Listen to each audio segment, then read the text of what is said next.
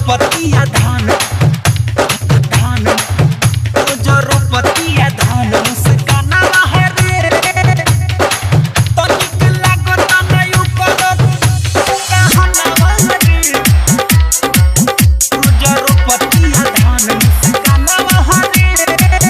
Presented by Lovely Films Production. रोज रोपतिया धान मुस्काना है रे। आप सुन रहे हैं अमित पटेल की आवाज में। हर चैत में कैला सकटनी रे तब नहीं ओकरा के डटनी रे ए यार हरे लागता कि जेठ बैसाख में इज्जत मिलाई मोर राख में इहे सोच के मोर बेचैन बाटे मानवा रे।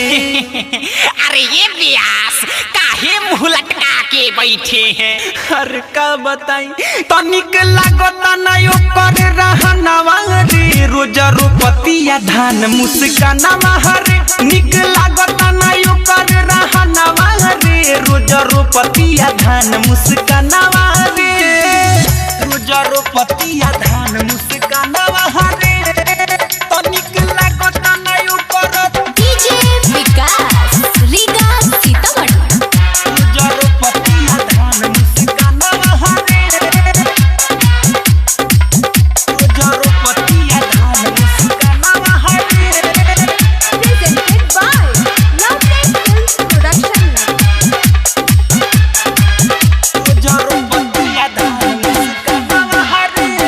बानी हम पगलाइल रे तनी ना शरमाइल रे अरे तो इसमें चिंता की क्या बात है, बड़े बड़े देशों में छोटी छोटी बातें होती रहती है। अरे बानी हम पगलाइल रे तनी ना शरमाइल रे दिन भर घूमे खेते खेते बहुत बियाया गराइल रे दिल पर चोट बला गल रे कर के उ छोड़ी पागल रे सब माटी में मिलावे मोरा यार मनावा रे। अरे जाए दम मर्दे, कमाते नु बिया, तुम मजा करो। भग सालते नहीं तनिक लागता नहीं ओकर रहनवा रे रोज रोपतिया धान मुस्कानवा रे निक लागता नहीं ओकर रहनवा रे रोज रोपतिया धान मुस्कानवा रे रहनवा रे रोज रोपतिया धान मुस्कानवा रे। Presented by Lovely Films Production.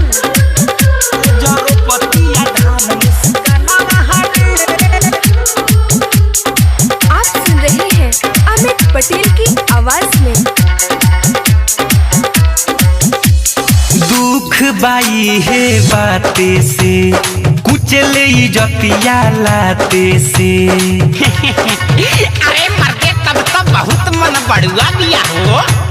हो भाई अरे दुख बाई है बाते से कुचले इज्जतिया लाते से कबले ई संकट टली यारवा बोल ना हमारा माथे से कैसे के समझाई रे के करा से दुख बताई रे यही हुक से हमरो सुखता परानवा रे।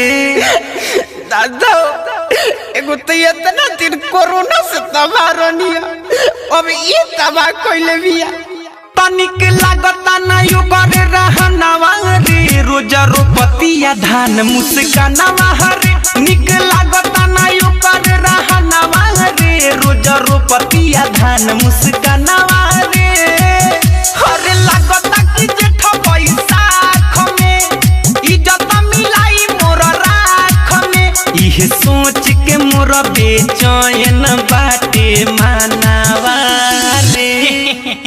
अरे ये व्यास काहे मुंह लटका के बैठे हैं।